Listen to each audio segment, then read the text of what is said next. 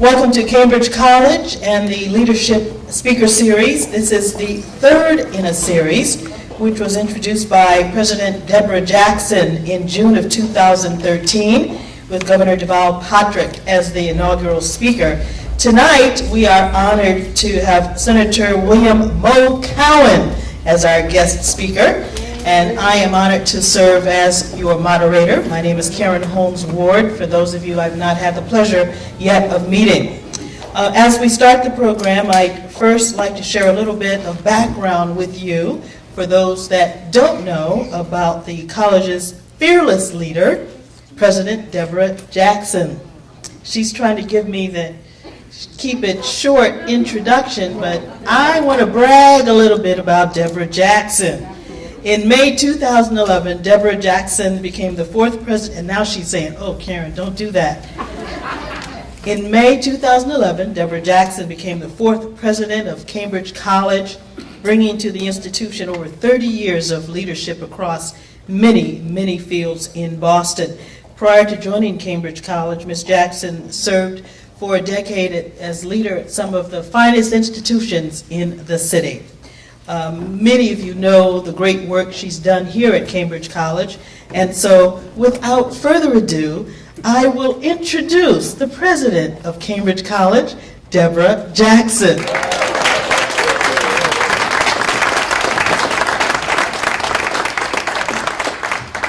Thank you so much, and that's one of the reasons we love Karen Ward. She is a wonderful, flexible journalist, and as you all know, the host of CityLine. So I think you've all seen her on Sundays, and she brings such excitement to the show every week and keeps us very informed about some of the most interesting things going on in Boston and our community. So thank you so much, Karen.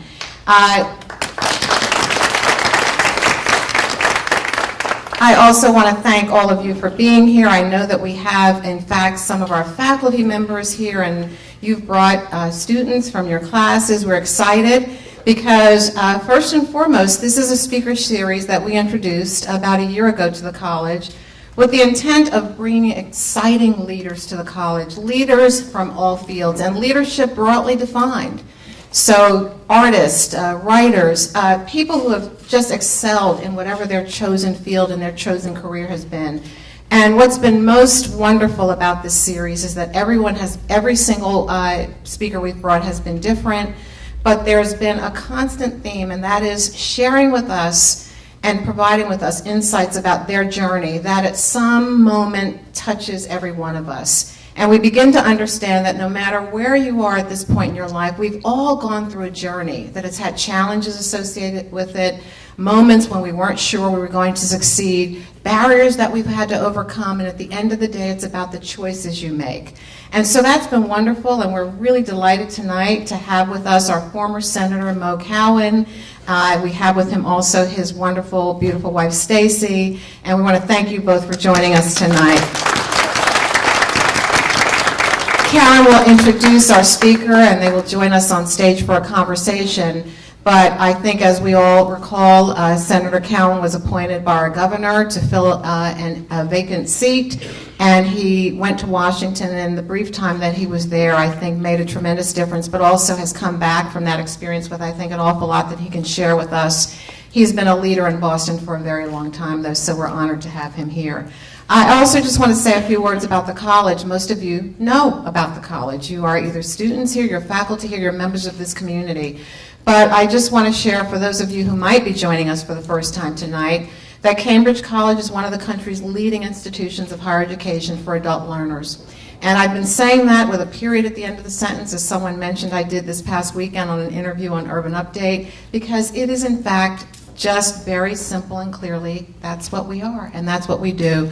We have the best and the brightest students who come here. I was asked in an interview on Sunday to describe our students, and I said they're smart, they're motivated, they're persistent, they're clear, they're focused. They have come because they've made a decision about changing their lives, their family's future, and their communities. Our students give back, they make a contribution, and we're so proud of our current students and also our 35,000 alumni that this college has been able to produce and graduate over a 40-year period. We have an undergraduate school, we have 3 graduate programs, our School of Education, our School of Psychology and Counseling, our School of Management. And across those 4 schools, we produce some of the best professionals in this city. We produce some of the best teachers working in public school systems. We produce some of the best people working in healthcare management, people working in counseling, people providing psychology and support services to people with special needs and geriatric populations. We produce the best. So we're very proud of that. We're excited about the college. We're excited about its history. But most of all, we are proud of our mission. And our mission is to create an opportunity for anyone who desires to seek higher education, and in doing so, to help close not only the economic gap in our society, the disparities that we see in attainment, but most importantly, because this is where it all starts, to close the opportunity gap. And that's what Cambridge College stands for. So thank you all for being here, for supporting us just by your presence. Your presence is an affirmation for us of the importance of our mission and that you care about this. So welcome to all of you. Thank you for joining us tonight, and I'll turn it back over to you, Karen. Thank you again. I'm sorry, but Jackie will tell me later that I forgot something very important that she told me to do, and that is to thank and recognize our sponsors. We have been so fortunate in having corporate sponsors. As you know, it's very hard when we're so focused on investing our resources in our classrooms and our academic supports, but this type of activity is equally important in bringing these voices to all of you and to all of us. But we could not have done this without corporate support. So I want to recognize our sponsors, and I believe we have a representative from at least one, but Eastern Bank, and we have here their president, Bob Rivers. Bob, would you stand? I know you're shy, but thank you. And our second sponsor, and I'm not sure, we do have someone here, she's right in front of me. Marketing Science Institute, thank you so much, and please stand, and so everyone can thank you also. This series truly was only made possible because of your support, so thank you so much, and I know everyone in the audience thanks you as well. Thank you. Thank you, President Jackson. Deborah had a chance to tell you a little bit about our speaker. We're going to have a wonderful conversation with Mr. Mo Cowan this afternoon, but let me give you the official bio before we go into the unofficial conversation. Senator William Mo Cowan was the 8th African American to serve in the Senate and the 2nd to represent Massachusetts in the upper chamber after Senator Edward Brooke held the seat from 1966 to 1978. I should use these. This is why I have them in my hand. Senator Cowan represented the Commonwealth of Massachusetts as interim United States Senator, filling the vacancy created when John F. Kerry was appointed United States Secretary of State by President Obama. I like saying that, President Obama. During his term as Senator, Mo served as a member of the Senate Agriculture, Commerce, and Small Business Committees. He also chaired the Subcommittee on Nutrition, Specialty Crops, Food, and Agricultural Research, and was appointed by Governor Patrick to co-chair the Commonwealth of Massachusetts Military Asset and Security Strategy Task Force. Immediately prior to serving as his Senate service, Senator Cowan served in several leadership positions for Massachusetts Governor Deval Patrick, including Chief Legal Counsel, Chief of Staff, and Senior Advisor. Currently, Senator Mo Cowan is of counsel to Mintz Levin and Senior Vice President and Chief Operating Officer of ML Strategies. That's the firm's government relations and business advisory affiliate. Senator Cowan also serves as a fellow at the Harvard University Institute of Politics, and I believe he's finishing up there right about now. Senator Cowan holds a Bachelor of Arts degree from Duke University and earned his Juris Doctor from Northeastern University School of Law. Let's hear a round of applause for Mo Cowan as he joins us on stage.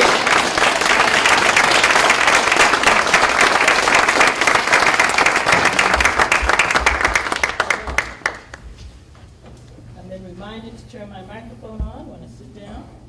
I think mine is on. Is mine on? I can hear you. I'll project. I'll use my theater voice. There we you go. go. There we go. How are you today, sir? I'm great. I'm great. It's always a pleasure to be in your presence. Likewise, I don't know if you remember the last time you and I sat for a conversation like this. I was still in the Senate. You visited me in my office in Boston, and we talked about the Boston Lawyers Group. And it was a giddy moment for me because I had just seen you at the State of the Union. Yes. And yes. I was screaming at the TV because I saw the president walk down the aisle, and there you were shaking hands with the President of the United States of America. Right? Wake up your mom. Nice moment. It was small. You know, I tweeted out earlier this week that I was going to be here with you, Yes. and I kind of billed it as from Beacon Hill to Capitol Hill, and you corrected me in that tweet. And what did you say? I said correction from Yadkinville to Beacon Hill to Capitol Hill. And where is Yadkinville? Well, if we had a map, I couldn't show you because it's probably not on there. But it's a small town in rural western North Carolina. Population approximately 3,000 people. And that is where I was born and raised, spent the first 18 years of my life. Wow. What was it like for you growing up there? This may date myself, and some of the audience may not have any sense of what I'm talking about, but if you've ever seen the Andy Griffith Show, it was somewhat reminiscent of that. It was a very small, rural farming community, the kind of town where literally on my side of the street, I was related to everyone, and all the folks on the other side of the street were related, and occasionally there'd be a little bit of intermarriage. But it was a small rural community. I was born at the, I like to say I'm the last child in the 60s. I was born in 1969. And so it's a region of the country in the Deep South that has a deep and conflicted history. Not one that I necessarily experienced a great deal, but certainly the generation before me. So it was interesting growing up in that time where there still were some remnants and some vestiges of perhaps the not best days in our nation's history. Tell us more about some of the experiences that you had as a child that shaped who you are today. Well, if you really want to know what shaped me, and I like to think of my shape as kind of round, as my mother's and grandmother's cooking. Okay, that's always good. But I grew up in a female-dominated family. My father was in our household till I was 16. We lost him in a car accident. But even when he was with me, really sort of my mom was sort of the dominant personality in our household, deeply faithful woman who herself was a child of the Jim Crow South, as was my father. They went to segregated schools, and they both graduated high school, but never went to college. But always instilled in my sisters and me, I have two sisters, one on either side of me, that our circumstances didn't dictate who we were or who we might become, and the only limitations that could hold us back were the ones we placed upon ourselves. Mm-hmm. And that's something she instilled in us from an early age, and often with a velvet touch, but sometimes with an iron fist, and occasionally with the hands of my grandmother, the old dreaded switch.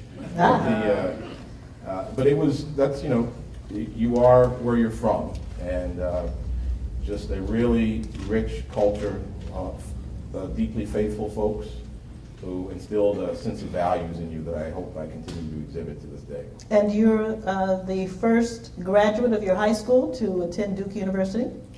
So it's funny. I had long thought that, in fact, was the case. As a matter of fact, when I was graduating from high school, that's what I was told by the elders, if you will, at my high school. Mm-hmm. I have since discovered that I was not the first. That decades before me, there were maybe one or two others who graduated from high school and went to Duke. It is true, though, I believe, that I am the first African-American from a high school to attend Duke. Even more important for tonight's discussion, you were the first African-American to attend that university? Yes, from my high school, absolutely. Wow. Yes. Mm. Yes. As we talk throughout the evening, I want to ask you about some things in the news and kind of weave them back into your life.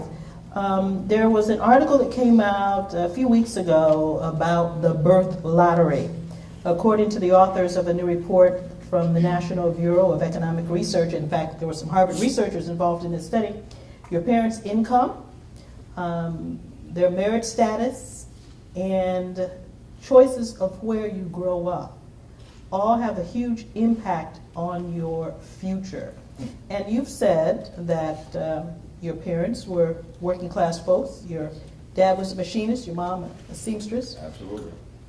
Do you buy into that concept that a birth lottery can determine who and where who you are, where you're going? It doesn't seem to have held up in your case. Well, I would say, it's an interesting theory, and I know the author you're referring to, sort of the Tiger Mom author, who's controversial in her theses. I would say this, listen, in some sense, maybe I did win the birth lottery, in that I was born into a family of strong people, particularly strong women, who gave me a good sense of what's right and what's wrong and how to be the best that I could be. And even though we didn't have much material, we had a great deal, certainly in terms of love, affection, and attention from those who were in charge of caring for us. And so I would say that perhaps the thesis that's been presented in that book or the article is overly simplistic. Certainly your circumstances, your surroundings in which you find yourself, fortunate or otherwise born into, you can't discount that, but I don't think it decides your fate or your fortune. I think what matters more are the people who surround you at an early age and the teaching and the learning that they offer.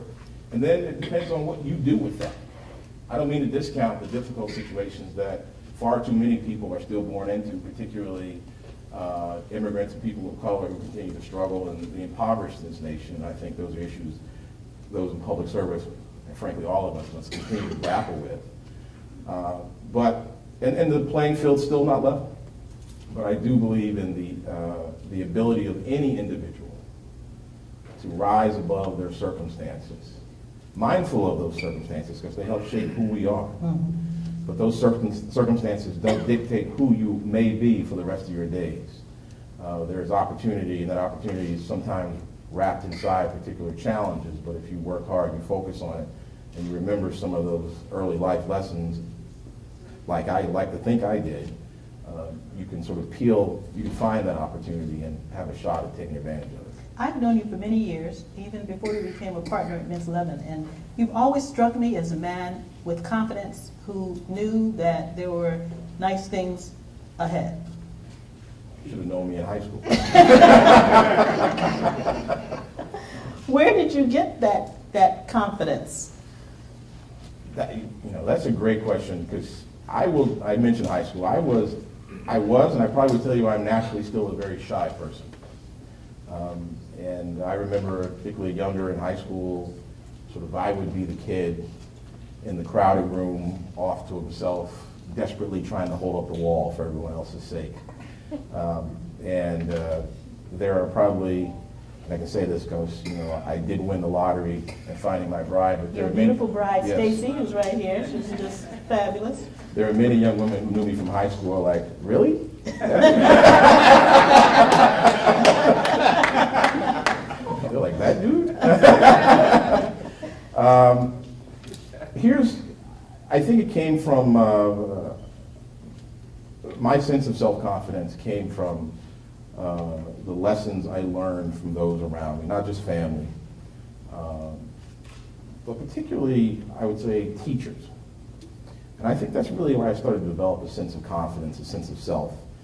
I was fortunate. I went to public schools all my life up until college, and I was fortunate that I was surrounded and had the chance to be taught by some truly committed teachers who were some of the brightest, most caring people you could ever imagine, for reasons I'm not sure of to this day, took an interest and investment in me and pushed me, prodded me, occasionally coddled me as necessary for me to be my best. And when they saw me shrinking away, tried to pull me out of my own shell and gave me a sense as my mother had been teaching me all along at home, that there was very little that I could not do as long as I was willing to try to do something, including in my social interactions. And then layered over that, once I got into college and beyond, I discovered the importance and the power of mentoring, or more accurately,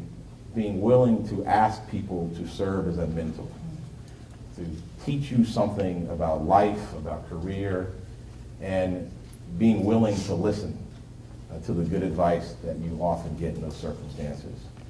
And I remember being a first year in law school, and I was in the back of the room, one of these big classes for lawyers, and you remember this, it was like a property class, so it was maybe 200 people in the class, and I strategically placed myself for the first few weeks way, way in the back, almost in the corner, you know. So if anyone had ever taken a photo, there's a pretty good chance I was not going to be in the picture. And I was amazed at the number of students, no matter the issue, the question, would immediately raise their hand and spout out an answer. And I thought to myself, have I made a grievous error in choosing to go to law school? Because I'm not sure I'm cut out for this. This is not my natural sense. In fact, law school wasn't necessarily going to be your first choice, right? No, it was not. It was going to be medical school? I was going to go to medical school. My life, now that you raised, let me tell you, I had it all mapped out. I had it all mapped out. I was going to go to Duke. I was going to get a degree in biomedical engineering. I was going to go to Duke Medical School.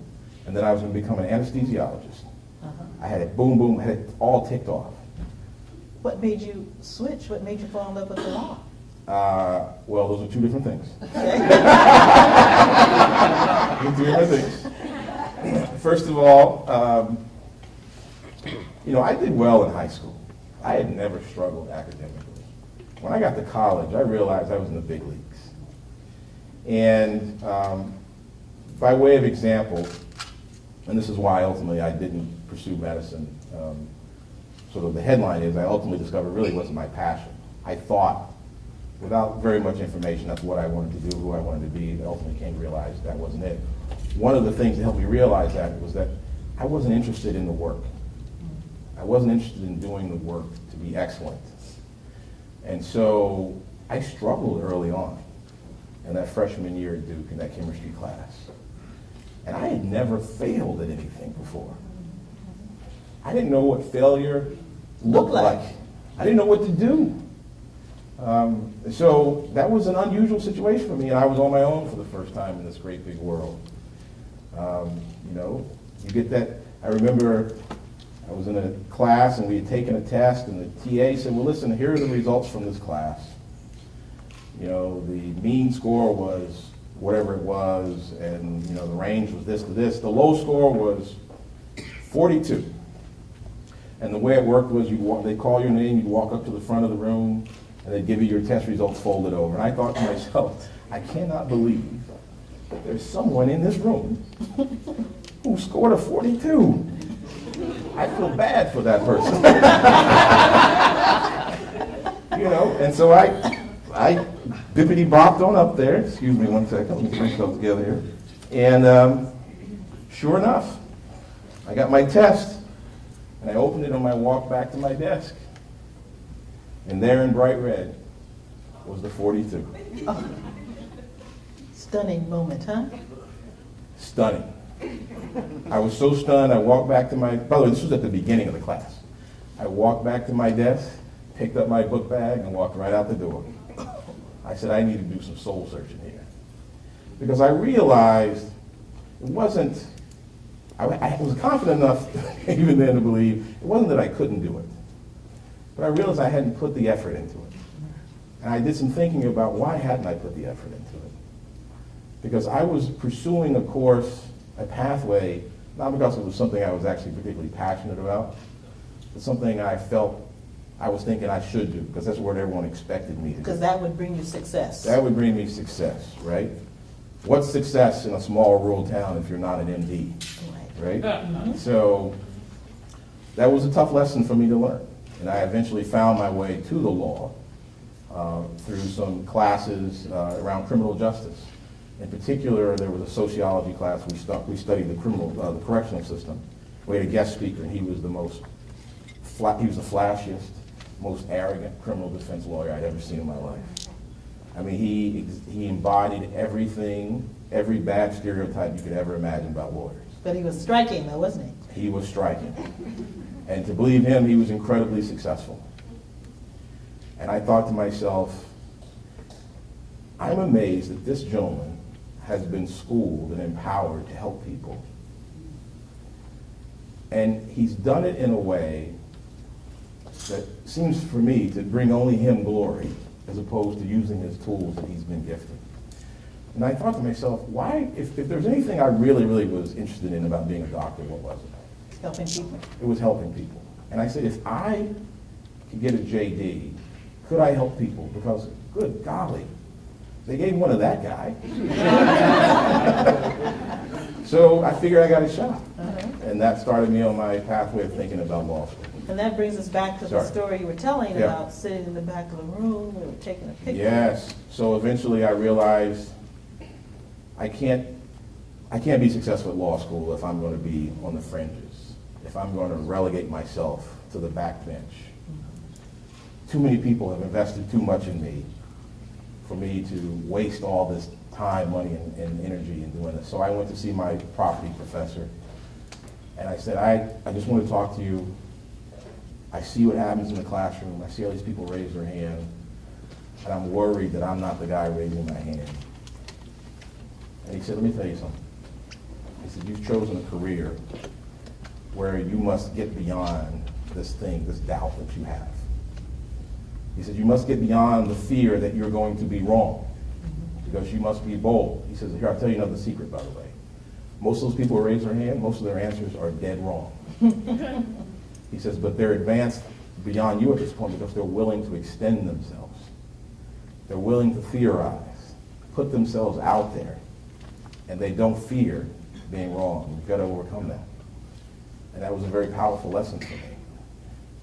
I've since come to internalize and sort of crystallize that notion that, you know, while I'm often wrong, I'm never uncertain. Okay. So that shy Mo Cowan that you said is in there, you have developed a public Mo Cowan, an external Mo Cowan, a Mo Cowan that does the law, that is who you are today. Is there Yes. another? Oh, okay. Are there two Mo Cowans? Thank goodness my wife is not on stage, but I would say this.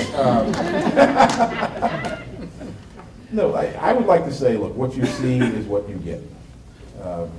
I'm still, in many respects, that shy, quiet person. And I can be deeply introspective, and if you catch me in a moment when, you know, I'm on my own, you may wonder if I'm aware of things that are happening around me. I like to observe, I like to think. But I am that person that, you know, I've described I'm all those people. Mm-hmm. They're all part of this, they're all wrapped in that. You know, what I like to tell people all the time is, you're the sum of all your parts, the sum of all your experiences. Every experience is valuable. I don't believe in regret. I've learned some tough lessons by bad decisions and mistakes I've made, but those lessons are meaningful. And so, you know, what you see is what you get. I try to be true to myself and my sense of values and my principles in everything that I do. And I try to offer candor and honesty in all my interactions, sometimes to a fault, I'm told. So. No. I can't believe that. Now, your career took off. You became partner at Mintz Levin. Yes. And I was there for one of the celebrations of your partnership. It was a wonderful evening. Then on to confidant and advisor to our sitting governor, Deval Patrick, and of course then named to fill out the term of Senator Kerry until the special election happened. What was that like? That must have been a whirlwind period for you. It's true, although in fairness, you've condensed about 17 years Into 17 about seconds. 17 seconds. Because I mentioned 17 years because I don't want to gloss over something very important that happened that ultimately put me on this journey, this extraordinary journey. I'm fond of saying there's nothing extraordinary about me. I've had some extraordinary experiences. but I've also been blessed to meet some extraordinary people along the way. One of those people was our governor, well before he was our governor. And you became friends when he was practicing law? That's right. Well, I might have called him a friend at the time. I'm not sure he would have known who I was. But I saw him speak at an event for young lawyers, and I was, and this will come as no surprise to this audience, greatly impressed. And I was not too long out of law school, still trying to figure out what it meant to practice law, and the lawyers in the room will appreciate that the one thing law school actually never teaches you is actually how to practice law. And so I saw our governor, then Justice, very impressive man named Deval Patrick, speak. And I called him up after that event, cold called him. And I said, "Excuse me, sir, you don't know me. I saw you speak at this event. I'm wondering if in exchange for a cup of coffee, you'd be willing to share some perspective about practice." Two things surprised me about that call. First of all, he answered his own phone, which I wasn't expecting. And second, he immediately said, "Absolutely, what are you doing right now?" And I said, "I'm hanging up the phone, come to your office." And that conversation was the beginning of a relationship that spanned these 17 or so years. And he, first to me, became a great mentor and someone I greatly admire, and I admire even more to this day. But a model, a role model of how one could be successful in this business that he and I had chosen. And I never thought I would sort of rise to that level, but I figured if I followed his lead, I had a good shot of being successful in my own way. And that relationship played itself out over time. As you know, he left the city for opportunities, but he always stayed in touch. Whenever I had a question or a concern, no matter where he was in the globe, he would find a way to get back to me. And that means a lot. You know, it means a lot. I don't know if he even realized how much it meant. And then when he left his last post in private life at Coke and announced to the world that he was thinking about running for governor, the first thing I said to him, "Are you crazy?" The second thing was, "If you're crazy enough to run, let me know what I can do to help you." And it was wonderful to help him in his campaign. It was even more exciting when he won. And I mentioned to him when he won, I said, "If there's any way I can ever help you, because you've been such help to me, let me know. I don't want a job, I don't want an appointment, but if I can help you in any way, let me know." And over time, the first couple of years of his administration, we stayed in touch. He'd call for things or ask for my perspective, which is heady stuff for me, right? You got a sitting governor calling you and saying, "Mo, what do you think?" That's big. And you're like, That's big. "Talking to another Mo? Is this?" And then about halfway through his first term, he invited me to join his administration as the Chief Legal Counsel, which was so. You were on the fast track at Mintz Levin. That's Yeah, kind of a big move. I was comfortable Yeah. at the firm. I had been a partner for a few years. I was doing relatively well. But I will tell you, and this is something about our governor. I think our governor is deeply intuitive. I think he also knew at that moment in my life and career, as well as I was doing, I was not feeling completely fulfilled about what I was doing. I loved my colleagues. I loved working with the clients, but there was something missing. Because you have to remember, right? Why did I think I wanted to be a doctor, right? I wanted to help people. And I thought to myself, am I in a position today to help people in the way that I want to help people? And the governor calls and says, "I want you to join my team." And I then took what I will tell you to this day I still believe is the greatest legal job in this Commonwealth. Serving as the Chief Legal Counsel, certainly to this governor and arguably to any governor. And every day I had the chance to wake up, run to work, and work on real issues that impacted real people in a real way. And so it was the culmination of that dream I had of actually doing something to help people. And now I had a chance to really, really do it every day. And then that morphed into an opportunity to be the governor's chief of staff, to give me an opportunity to take on a significant leadership role in an organization. And of course, the surprising appointment to serve in the Senate. Surprising and wonderful for all of us. Well, thank you for saying that. It was surprising. And if anyone in this listening audience says they weren't surprised, I understand you yeah. said no a couple of times. It is, I don't think it's been widely reported, but it is true. When the governor first indicated that I was among the people he wanted to consider, I suggested that he reconsider. Because you were on the search committee, right? Originally, I was part of the small group that he had employed to vet candidates. And then when he said he wanted me to consider me as a candidate, I recused myself, removed myself from the process. But I did not think, as his advisor at the time, that it was in his best political interest to tap me or any other member of his staff to serve in the Senate. Turns out, and not for the first time, by the way, I was wrong. What made you decide to say yes, though, finally? And I use that pronoun specifically because this was a decision that Stacy and I had to make for our family, because we knew it was going to be, as wonderful as the opportunity was, it was going to be a strain on our family. Because I was going to it would require me to spend a considerable amount of time in Washington, D.C. We have 2 young boys. The assignment wasn't long enough to pull them out of school and re-enroll them in Washington, D.C. Stacy is a lawyer of great renown herself, and I couldn't ask her to quit her practice. So we had to sort through all that stuff, including some basic stuff. I don't know if you know this, by the way. When you're elected or appointed to the United States Senate,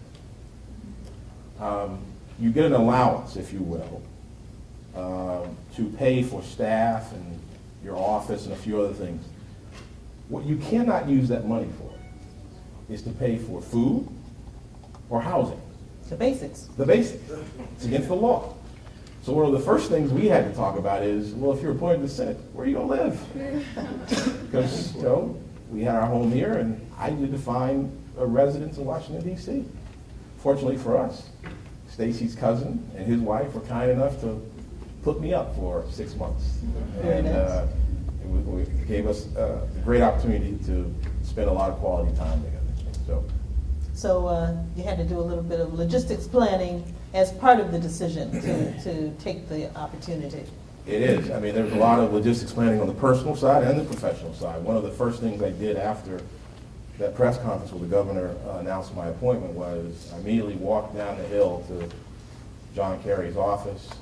I called a meeting of his staff in Boston and via teleconference from Washington, D.C., and literally begged them all not to quit.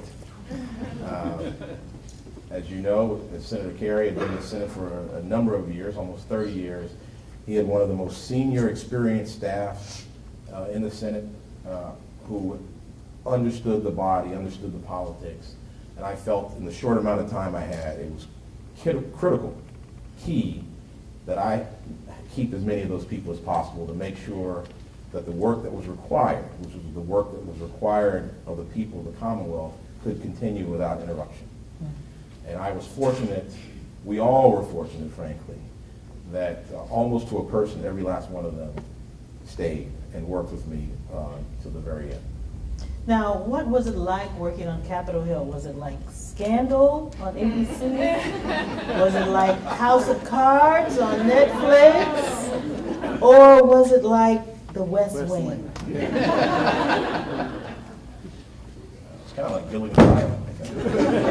Gilligan's Island, okay. All right. Now, No, I will tell you, listen, I'm a fan of House of Cards. I'm one of those people who binge watch. I'm not getting a lot of sleep lately. But it's I watch that show and I'm like, wow, that's going on down there? I really missed out.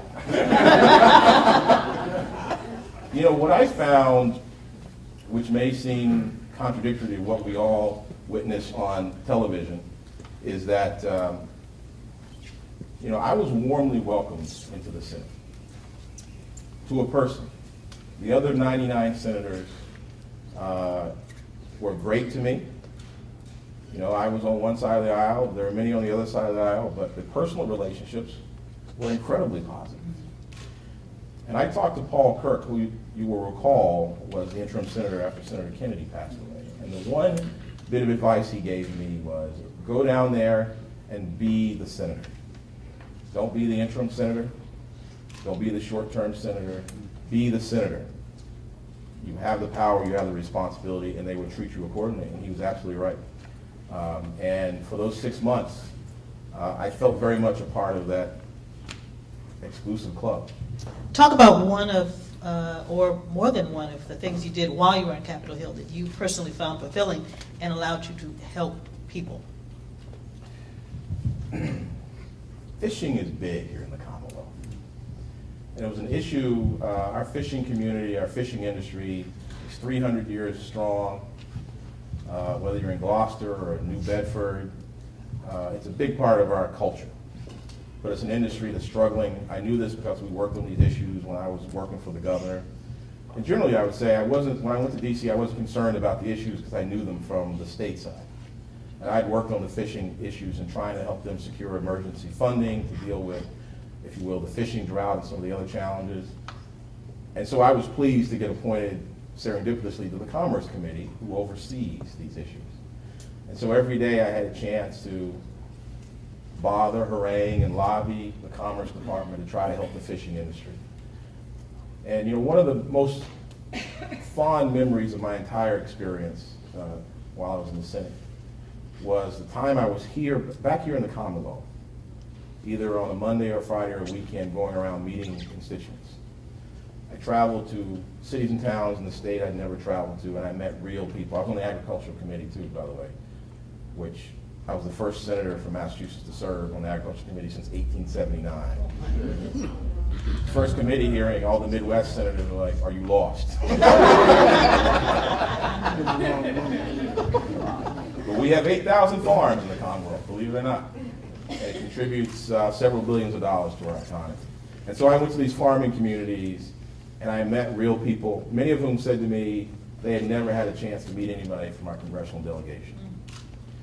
And to have that ability, to have that honor and the privilege to go out and say, "I'm here to represent you, tell me what your concerns are so that I can go back and work on them, fight for them."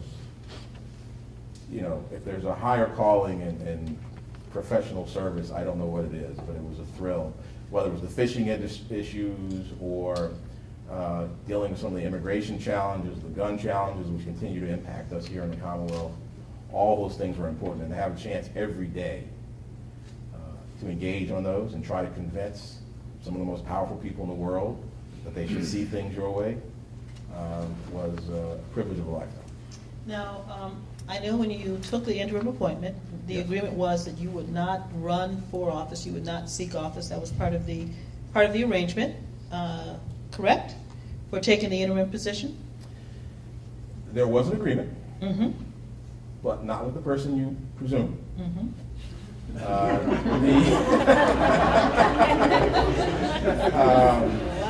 It has been reported that the governor extracted that pledge from me. But was it really Stacy? As I said, we talked a lot about it. You know, I love public service, but I've never viewed myself as a candidate. Campaigning is such a tough experience for anyone. You know, I love the public service, or as I like my tagline became, you know, I love the job, the application process I wasn't particularly fond of. But you know, we have two young kids. Choosing to campaign for a Senate seat or any public office is not a snap decision you make, and it wasn't the time for it. In fact, there was a quote from the Washington Post. When you were leaving, you said, and I quote, "I think money has such a pervasive, pernicious influence on governing around here that it's getting in the way. And perhaps it's not even money. It's the fear of what may happen to you, who may mount a challenge against you if you're seen as capitulating or compromising too much or violating the principles of your given base." Yeah, I did say that. Yes, you did. And I believe that. I believe that. If there's a part of our political system currently that I think is broken, needs attention, it is campaign finance. I think Citizens United over time will prove to be one of the most detrimental decisions by the Supreme Court as it relates to our civic life. Well, don't applaud, there There are at least 5 people who wear black robes who disagree with me vehemently. And so, but what I spoke about that because what I witnessed when I was down there is we spent a lot of time talking about money. How much money needed to be raised, how much money had been raised against you. There was an article in the Boston Globe about this time, maybe a year ago, remarking on the freshman Democratic House retreat, where they were told if they weren't spending 4 hours a day, every day, raising money, they were ensuring that they were going to be a one-term congressman. That's a problem. It's a problem. But it's a problem that's not currently being solved. It certainly is within the power of those in the Congress right now to approach it differently, but they choose not to. Now, when you were serving in the Senate, there was just you and another African-American gentleman My man Tim Scott. who had also been appointed, serving out a term. Why or what is standing in the way of the Senate becoming more diverse on a long-term basis? Why can't we break that barrier? It's only Carol Moseley Braun, Barack Yeah, Obama. yeah. I mean, we can all name who has been there and who hasn't been there. Yeah. Well, there's Cory Booker was elected in Cory October, Booker. so now there have been 9 of us total. Actually, later, this is next week, right? Next week, I'm going down. Senator Scott represents South Carolina. It's worth noting, Tim and I, we're good friends, but we see the world differently politically. He's on the other side of the aisle, way on the other side of the aisle. But he is, to his credit, next week he is hosting an event, and it's invited back all living black senators for an event at the Library of Congress next Tuesday, February 25th, which actually happens to be the day that the first black senator was sworn in, Hiram Rose. And so, Who was from? Mississippi. Actually, the first 2 black senators from Mississippi. Historical footnote, by the way, I am not the first black senator from North Carolina who was born in North Carolina. The second black senator was also born in Fayetteville, North Carolina. So why have there only been 9? Or why is Mazie Hirono the first Japanese American woman to serve in the Senate? Why is the 113th Congress the first time there's an openly gay member of the Senate? Why? Here's my answer, perhaps unscientific as it may be. Because we are the reason why. And what I mean by that is there are too many of us who talk about being engaged in our civic lives and politics, but we don't actively participate. And we don't encourage others to participate. It would be one thing if we could honestly say there had been scores or hundreds of African American candidates who'd run for the Senate over the last few decades and they had not managed to get out of the starting gates. But I think history tells us that's not the case. We need to do a better job of encouraging all of us, our friends, our neighbors, our children, to understand their active responsibility in this thing called our civic lives and every aspect of it, every facet of it, including public service, including making that decision to run for office or to serve in some capacity, because I believe the opportunity is there. I mean, Tim Scott will be reelected as Senator of South Carolina. And in so doing, he will be the first, I believe he'll be the first black senator elected in the South since Reconstruction. And his politics line up with his constituency. And, that's what it's going to take. He's not going to get elected because he's black. He's going to get elected because his politics align with his constituency. And he dedicated himself to civics and his civic role in his community. We have to do more of that. If we want Congress to be far more representative of the people it serves, we, the people, must become much more involved in our political and civic lives so that we can ensure that we're developing a representative collection of people who will choose, or at least may consider opting, to go into public life. I bemoan the fact that our public schools in particular that our public leaders have made undoubtedly difficult, but I think bad choices, and we don't teach civics anymore in our schools in any meaningful way. So not enough, we have generations of people who don't understand, perhaps don't care about their responsibility to this thing we call our society. They think that government is something foreign to them, only acts against them. Whereas ours is a government for and by the people. And the people who are in power are empowered by us, virtually our employees. But we don't talk about that in any real sense. We don't talk about it around our kitchen tables. We don't talk about it in our churches and synagogues. We don't talk about it in our schools in a way that breeds generations of public leaders, black, white, Latino, gay, whatever the case may be. We have a lot of work to do. As we close out this discussion, because your story is fascinating, and I have so many questions I'd like to ask you, but your life has been a great example of success, the benefits of mentorship, access, the benefits of a good education, but where are we in terms of our entire community? What other things are missing so that we can have more Mo Cowans? Well, more Mo Cowans, aim higher. That's what I'm saying. You know, look, we're on a journey, all of us. This is an evolutionary track. And before we all leave this mortal coil, none of us may be satisfied that we've moved the needle far enough. But we have to keep working at it. You know, my answer to that question may differ from someone else's, but it's an answer worthy, it's a question worthy of us all considering and discussing, having conversations. You know, there are some, you know, ours, listen, I think we all believe this, ours is the greatest nation certainly ever born on this planet.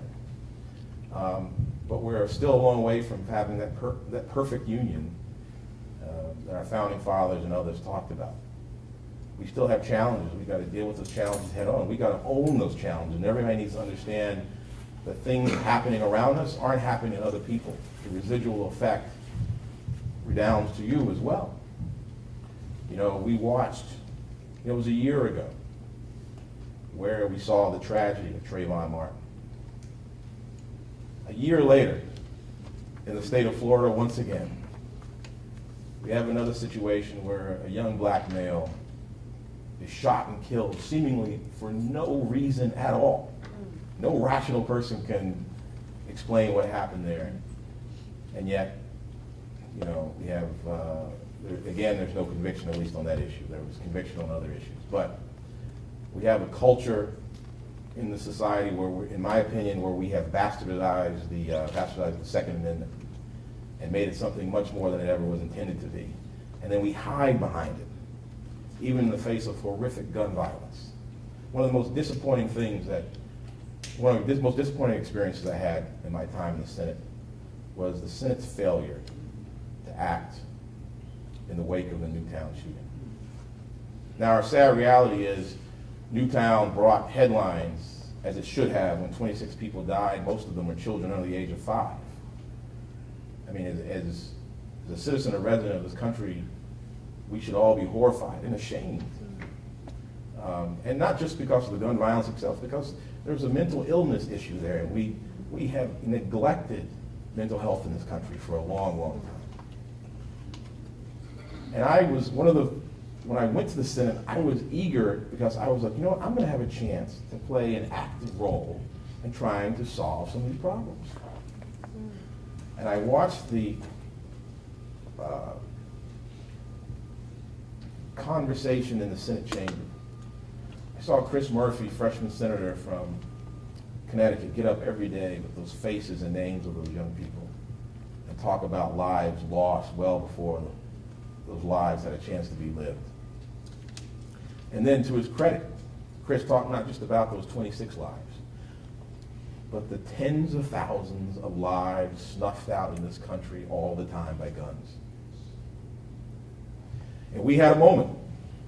We, the appointed and elected leaders of this great nation, had a moment in the wake of tragedy to do something profound. There was a bipartisan bill on the Senate floor, a bill sponsored by a conservative Republican from Pennsylvania and a conservative Democrat from West Virginia.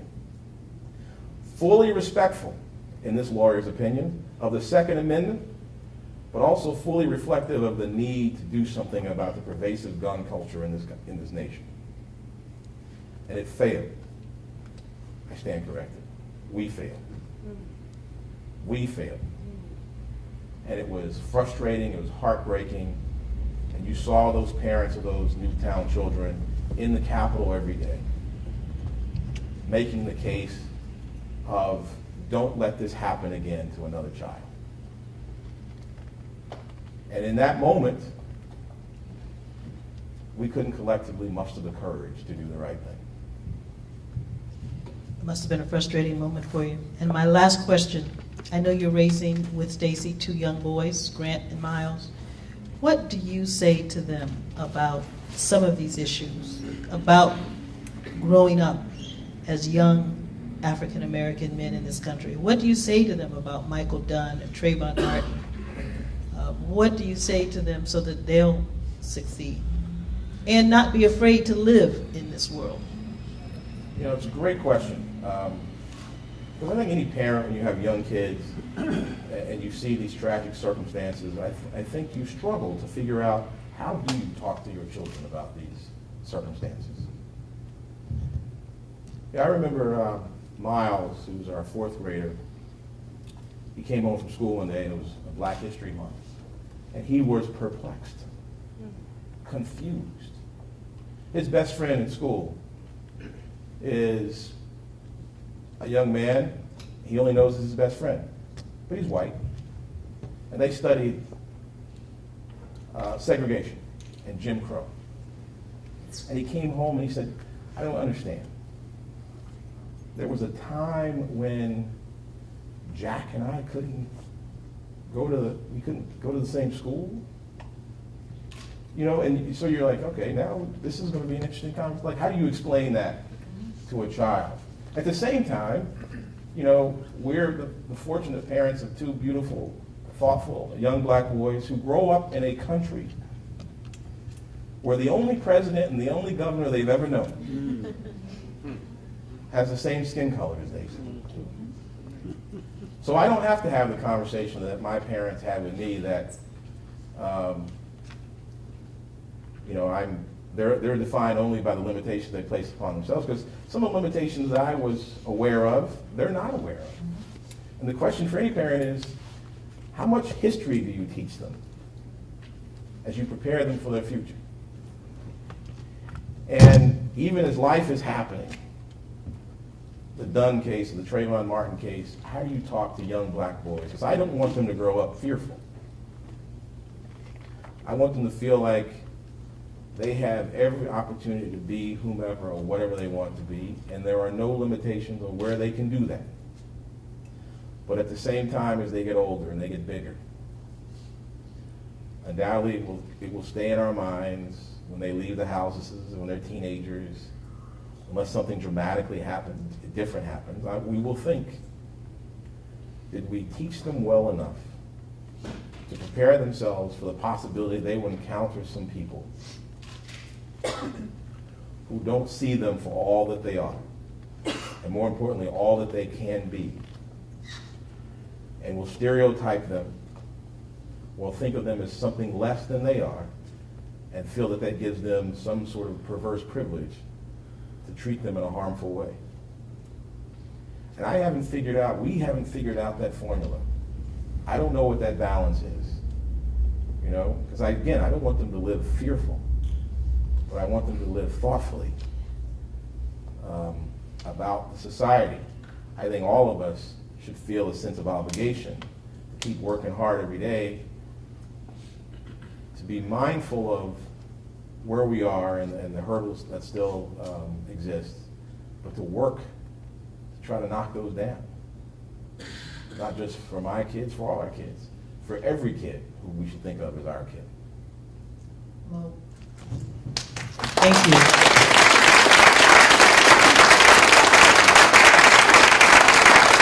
I think we are Are we going to take some audience questions, Jackie? Yes.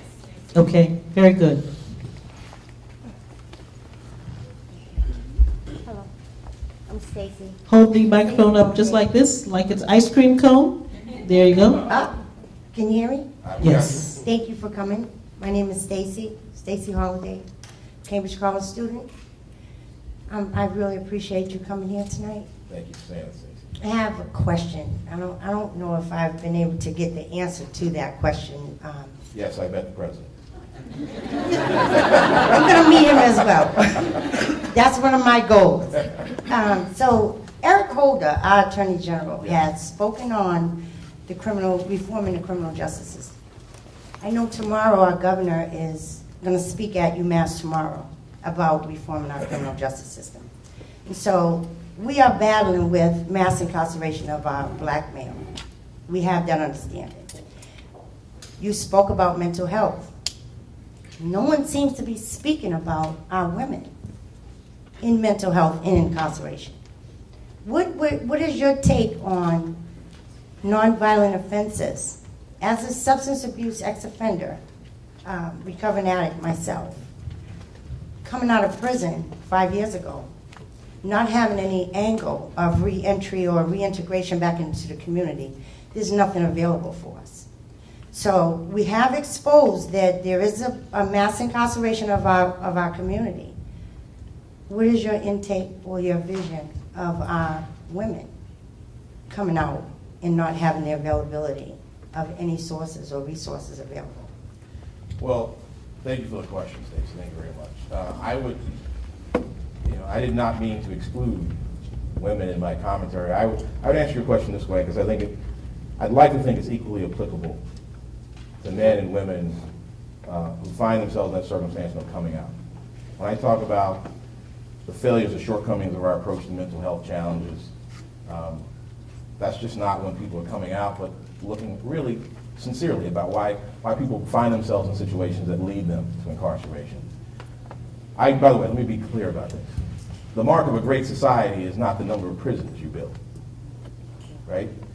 The mark of a great society is how you employ the resources available to you to ensure that those prisons go unfilled.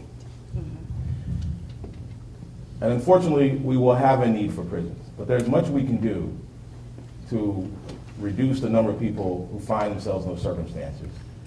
A lot of it starts with education, wraparound services for young people, both in the school and outside the school of their home, to make sure they have the sources and the support they need, and so that we can identify challenges much earlier than we tend to, and then properly apply those resources. At the same time, when people are coming out, because the supermajority of people who go into jail come out and want to reintegrate into our society.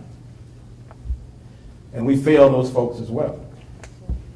What I think you're going to hear tomorrow from the governor, and I don't know what he's going to say, but I've talked to him about these issues, and he understands that. And he sees the salvation, again, not in building more prisons, but in finding pathways to keep people out, and when they come out, giving them the tools and resources to resume productivity in our society, and frankly, to deal with the challenges they either brought in or acquired along the way. And those equally apply to men and women, and I'm talking about mental health, I'm talking about job training. That's why he did the Corey reform, so that Corey wasn't going to be a death sentence for everyone who had spent time or done some time.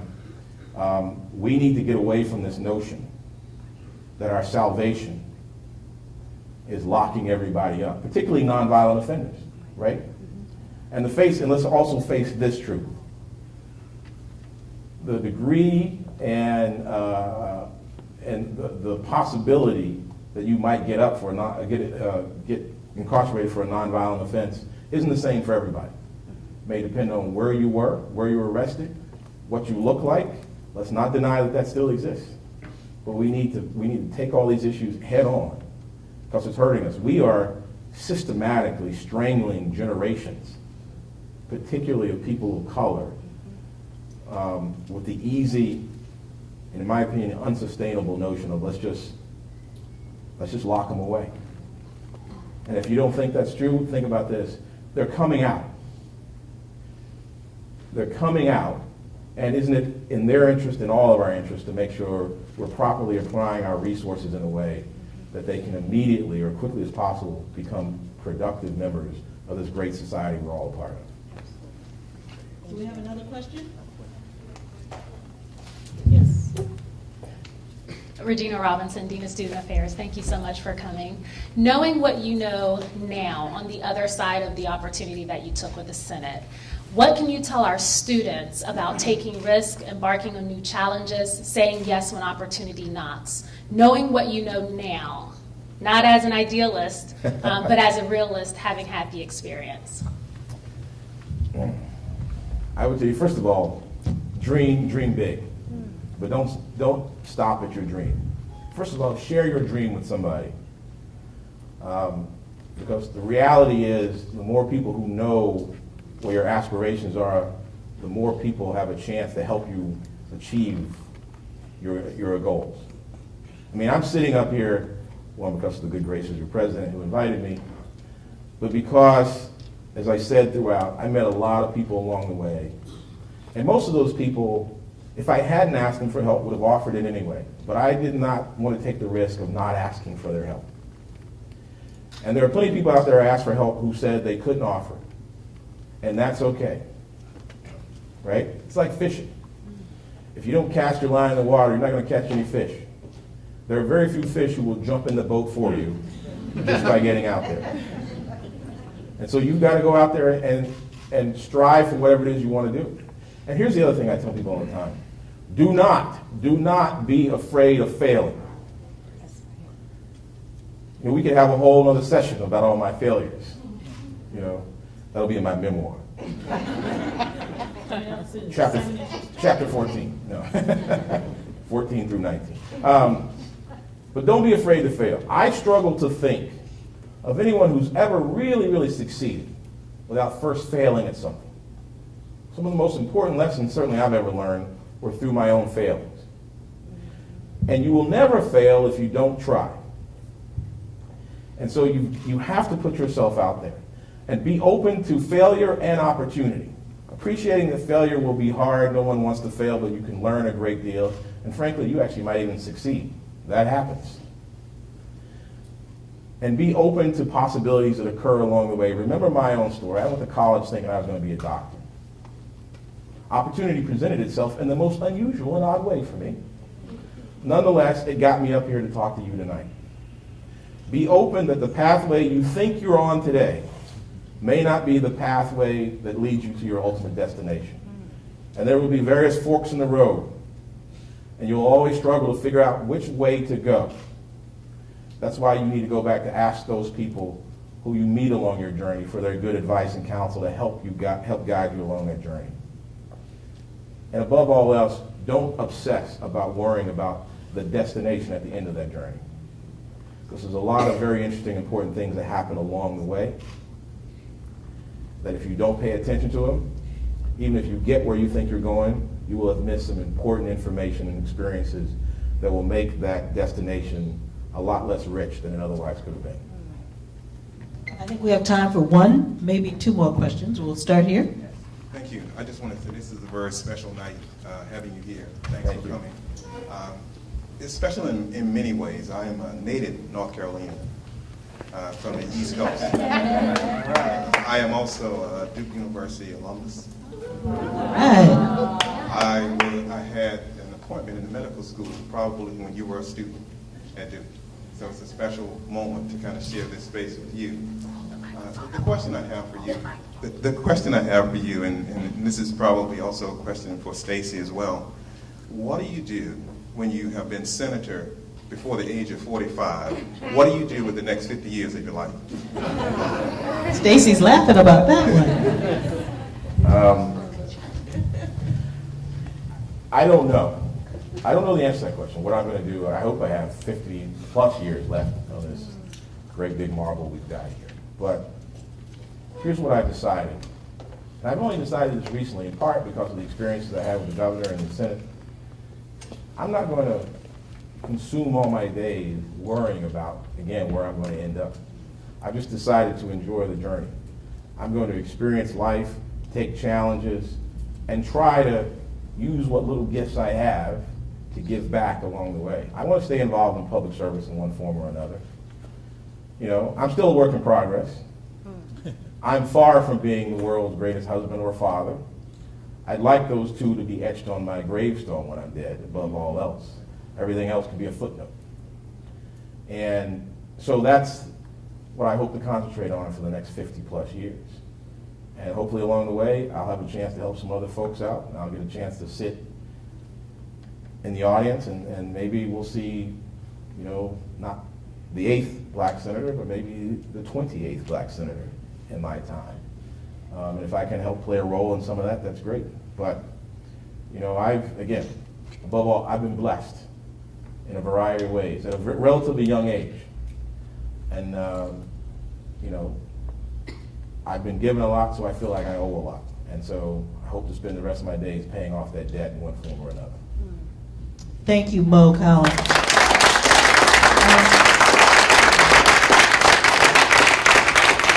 We actually Mo Cowan's going to be here after the reception, and you'll have a chance to address him one-on-one, but we're going to move to the next phase of our program. Can I give the man a question? Okay. Come on.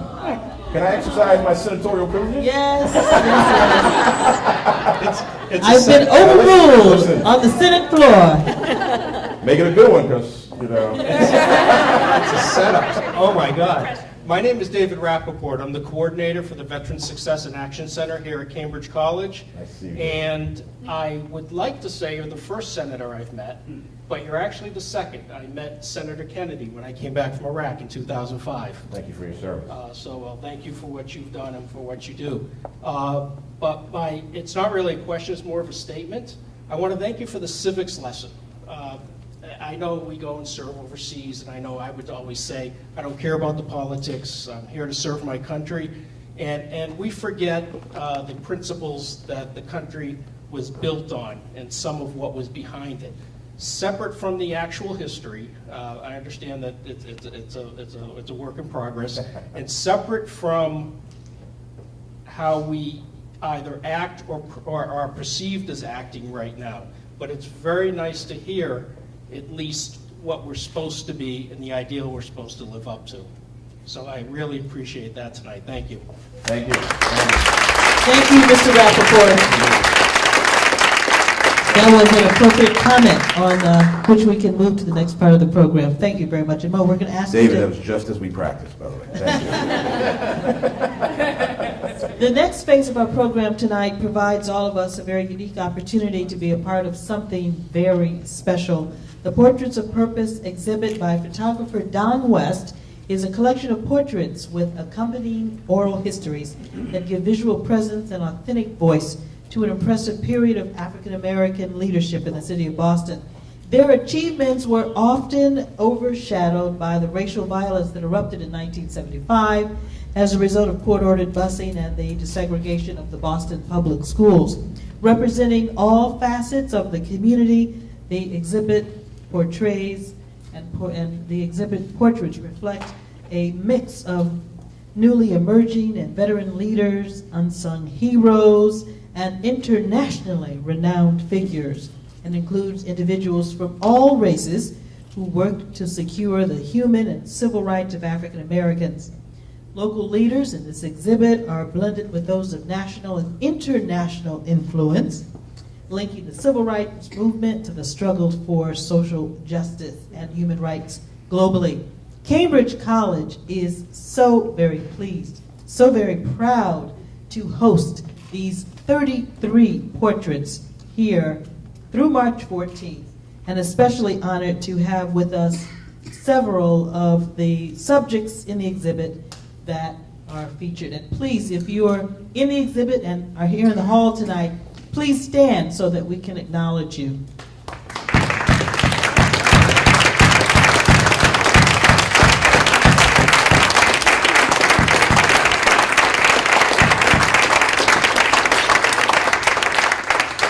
Here to tell us more about the origin of Portraits of Purpose is the photographer himself, Mr. Don West.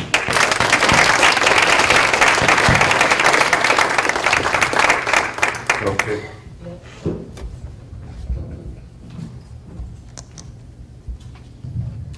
although. I would like to really thank Cambridge College and Eastern Bank for sponsoring this leadership series and giving me the opportunity to share this exhibit with you and the opportunity to invite the senator to be part of this exhibit. I think that I really don't have to say too much about the exhibit because we have someone who embodies all of the points and the features of this exhibit, as you've heard. I just ingested all of this interesting information, and it's just why this exhibit exists. Because if you look around the room and you see all these individuals, they fit the definition, portraits of purpose, a tribute to leadership. They're all people of purpose who have a focus and a desire and a conscience of their neighbors and the people around them to make life better.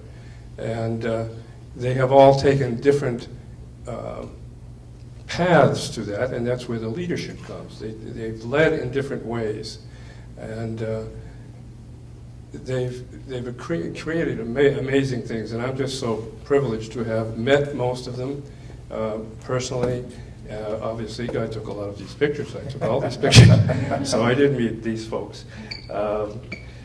But their goals, really, as the senators is for social, economic, and racial justice in our society, which is lacking in many areas.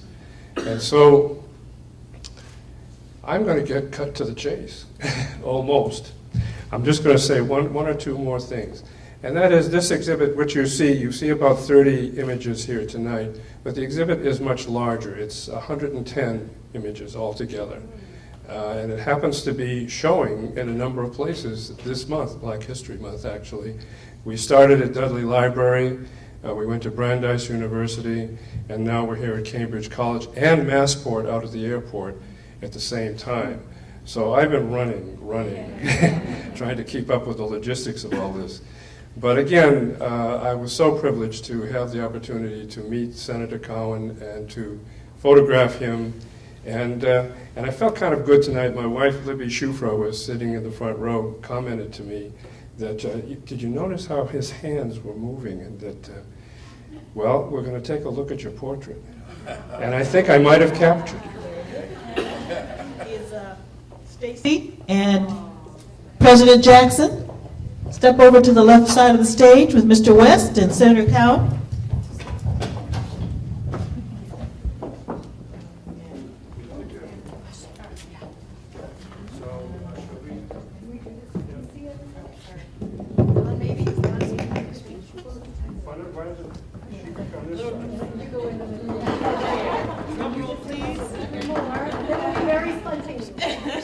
I'm not used to being on this side. So I'm going to lift it from here. 3, 2, 1.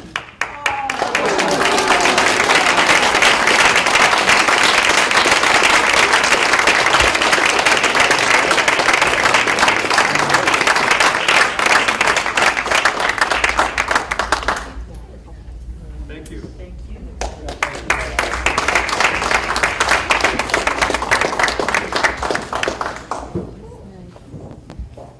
So, we have come to the end of our program.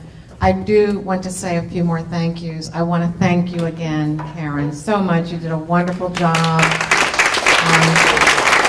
Just hit all the right points for us in helping us to understand Mo's journey. I want to thank, of course, Mo and Stacy for being here. You are inspirational models to us, not just Mo. Seriously, as a couple, as a family. I certainly was absolutely transfixed listening to you. Your humility, Mo, is really overwhelming in light of all that you've accomplished. I think you're such an incredible role model. So thank you both so very much for being here tonight and being a part of this. And you're a part of the Cambridge College family. We claim you now, okay? So thank you. I also want to thank Don, Wes, and Libby. Well, first of all, that photo is beautiful, and it's If you walk around the room and look at these beautiful, amazing, inspirational photographs, you all understand how just phenomenally talented Don West is and how phenomenally powerful they are as a couple, Libby and Don. Many of us in Boston, known Don forever. He is omnipresent. He's everywhere. He really is present at every major event that happens in the city. There must be 10 of him. And we've all watched him chronicle the history of Black African-American Boston because he's there. The photos in the newspaper are always Don West photos. And so those of us who have watched this for 20, 25, 30 years now are so excited that Don has now pulled this together and Libby adds an exhibit and soon to be released also a publication. So look out for that. It will be coming soon because this does chronicle the history of a very important part of Boston's community. Thank you. We are honored that we have been able to sponsor Senator Cowan's photo becoming a part of that exhibit. So you will be everywhere also, Massport and other places at the airport, wherever they can be. But I want to thank all of you. I want to thank our team, and I want to have a special acknowledgement of Jackie Conrad, who's in the back.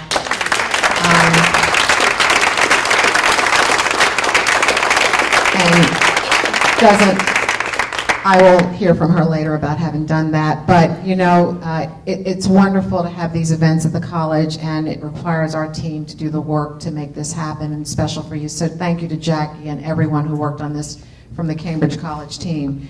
So that's it for the night. We encourage you to let your, and also Philip, I was supposed to thank, because Philip worked for a year. Philip is shaking his head no, but Philip worked for also a year on helping to bring this exhibit to the college. It's wonderful, and as you could hear from them, they're in great demand. So finding a time when we could get photos here and host them, we're excited. Tell your friends to come. They can come into this beautiful room and walk around and see these photos. And thank you to those of you who are here tonight who are on the wall. Carol is on the wall. The only reason Milton Benjamin is not is his photo is at Massport. We tried to get it, but there are a number of people in this room who you will see on the wall. So walk around and enjoy it. And again, thank you. We invite you back. Is Ken here? He had to leave. Ken was here, and thank you. He is here, and everyone knows him and his leadership role in the city of Cambridge.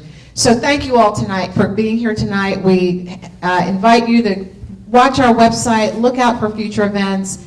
Part of our goal at Cambridge College is to bring these kinds of conversations on our campus, to have this kind of dialogue, and to highlight, again, important issues as they manifest themselves in the lives of leaders in our community. So thank you again, and more to come. Thank you.